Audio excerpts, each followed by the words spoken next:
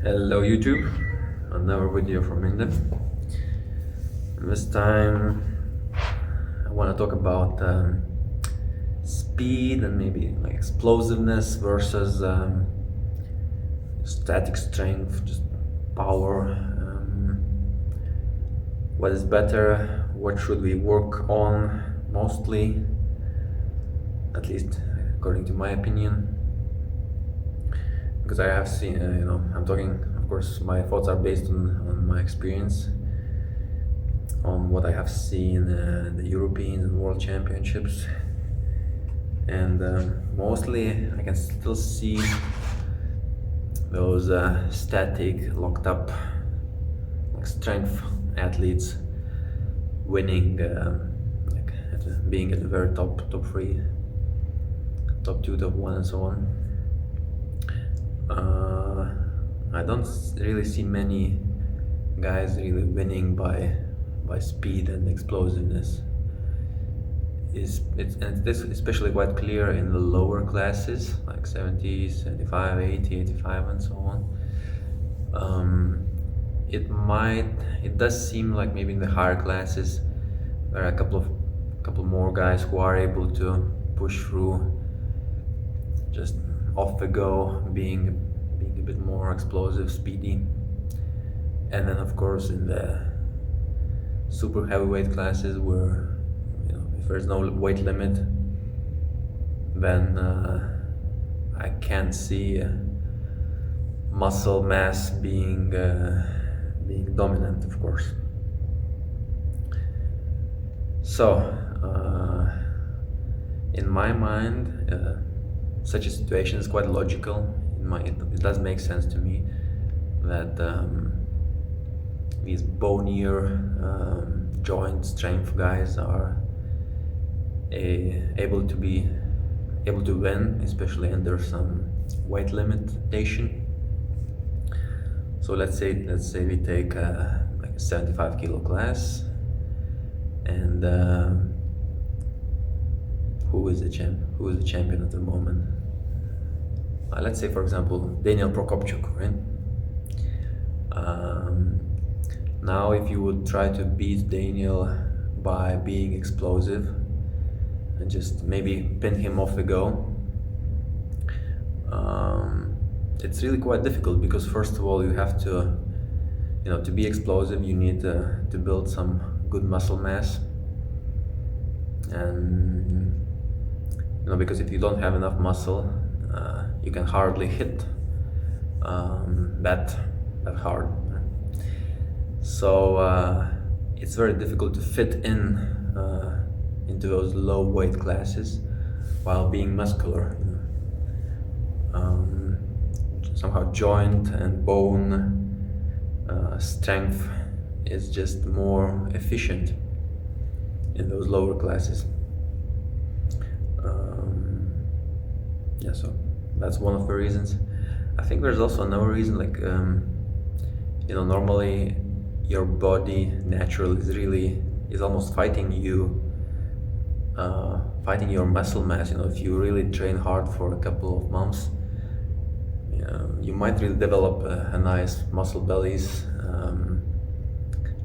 but then your body is somehow really trying to go back to its more natural state, and it's really hard to maintain those muscles. Meanwhile, the joint strength guys, it seems to me that the older you get, your joints just get stiffer and stiffer, and the range gets smaller. So somehow naturally, the more time you put into the sport, just naturally the body just becomes stiffer and stiffer, during time. So it's somehow quite easy to be slow but strong if you train in that way. So yeah, that's a couple of my thoughts. What else? So what if we take the heaviest class, like super heavies? I think the reason why sometimes muscle mass is able to push through the joints and static strength is just because maybe we are all relatively small, you know, no one is really that big naturally. But I think if there would be a guy, let's say if you take Devon, and Devon like being skinny, I think will always beat someone at the same weight who is maybe a bit shorter but very muscular. So if you would have someone like similar to Devon build, but then maybe twice as big, or yeah, let's say, how many kilos would that be? Let's say 170 kilo, skinny dude, skinny guy. Well, not that skinny, but of course just static, and just strong, slow but strong. I think that guy would still beat Levan, while Levan is maybe a bit more explosive, but I think it wouldn't matter at that point. So what I'm trying to say is that it seems like static joint, bones, tendon strength is always winning against explosive hits, and the nature of the sport as well is not helping those explosive guys. Yeah, we have a couple of cases. Let's say it's a tournament, so you have many matches, or it could be a super match, right? So maybe the explosive guy might do quite well in the tournament format, where he is able to flash through many of the weaker guys. But still, at the end, you know, he has to go through many of the setups, many of matches. And if you are trying to be just brutally explosive, it's a little bit difficult to maintain that freshness in your arm during those many fights. And more so in the super match format, where, you know, for example, you meet Devon and Devon is just playing with you for a long time. It's just so hard to be loose and explode off the go, because sometimes if you are a bit loose, you are also sacrificing a little bit of position. So it's really a big technical battle. What else did I want to say? So yeah, the main idea is, I think it's just better to focus on the static strength. I think it's the main thing in arm wrestling. But next to it is you know, all the like full range, healthy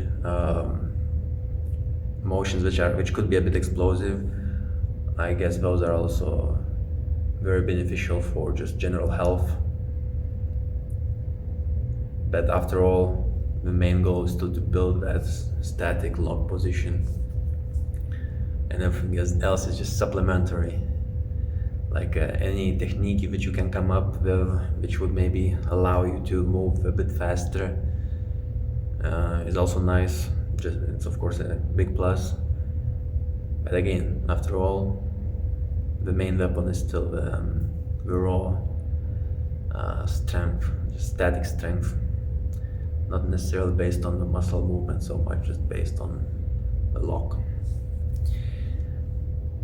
Do I want to say anything else? Let me think. I guess not really. That's pretty much it. I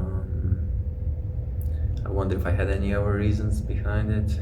No, probably not. Okay guys, looks like that's it for today.